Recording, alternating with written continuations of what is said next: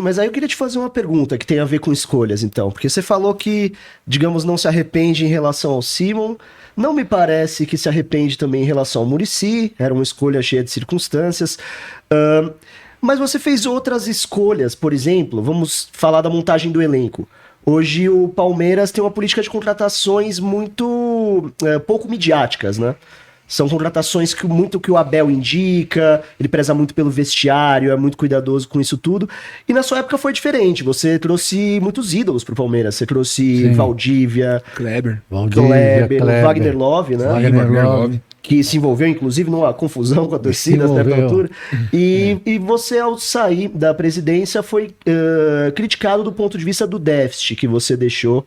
E aí a gente gostaria de ouvir sua opinião sobre eu já isso. te falei, o déficit decorre exatamente da operação financeira que eu fiz para limpar todas as penhoras que o estádio tinha. Esse é o fundamento do déficit. Um empréstimo de 35 milhões, 65 milhões que eu fiz naquela época, hein?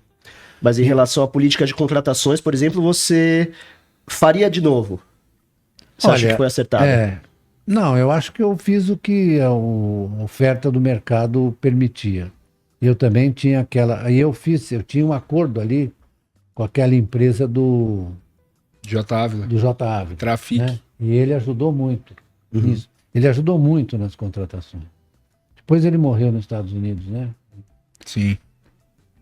Mas não foi negócio de contratação. Foi, sobretudo, a limpeza dessas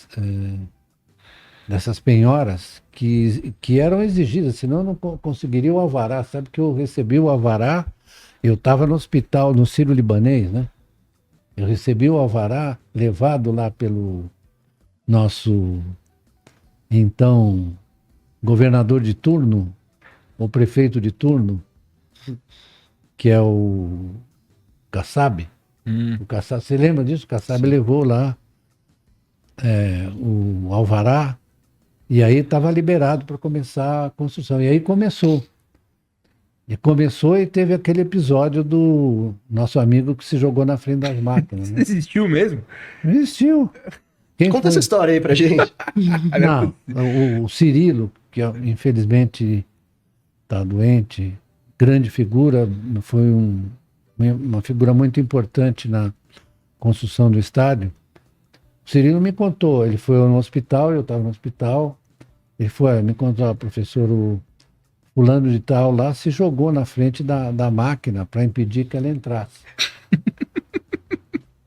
Porque ele...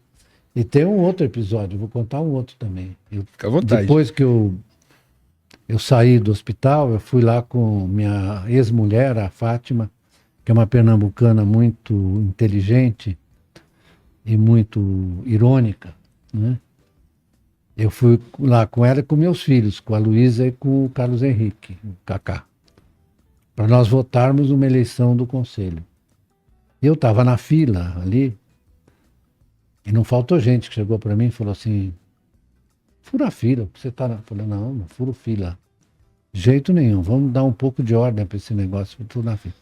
Aí chegou um senhor, conselheiro, cujo nome eu não me lembro, mas não o vi mais, eu acho que ele morreu.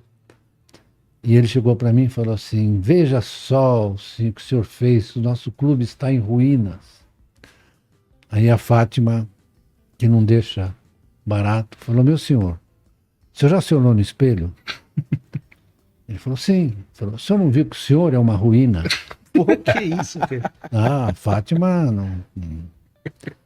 Não perdoava. Não, aí foi aquela... Eu me lembro do Della Mônica, um pouco mais na frente, o Della Mônica caiu na gargalhada, todo mundo ria. Coitado, o cara ficou assim, desmoralizado. Pra você ver como as coisas eram. Os né? caras do próprio clube não queriam a renovação do estádio, a tecnologia chegando no clube. Puta merda, velho. Dizendo, não vai subir, eu não contei a história do Gilto Avalone? Não.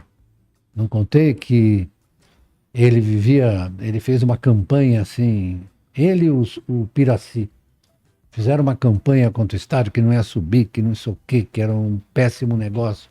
As pessoas vêm repetindo, é um péssimo negócio, não sei o quê, tararé. Porra, péssimo negócio. É, péssimo negócio. O Palmeiras não botou R$1 na obra.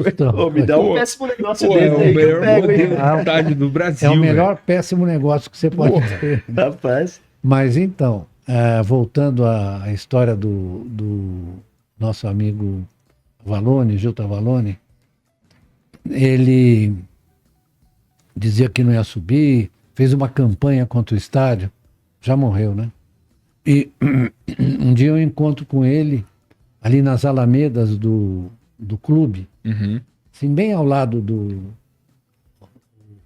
da entrada ali? Arena tá ali, não, na entrada, ali no corredor, dentro do clube.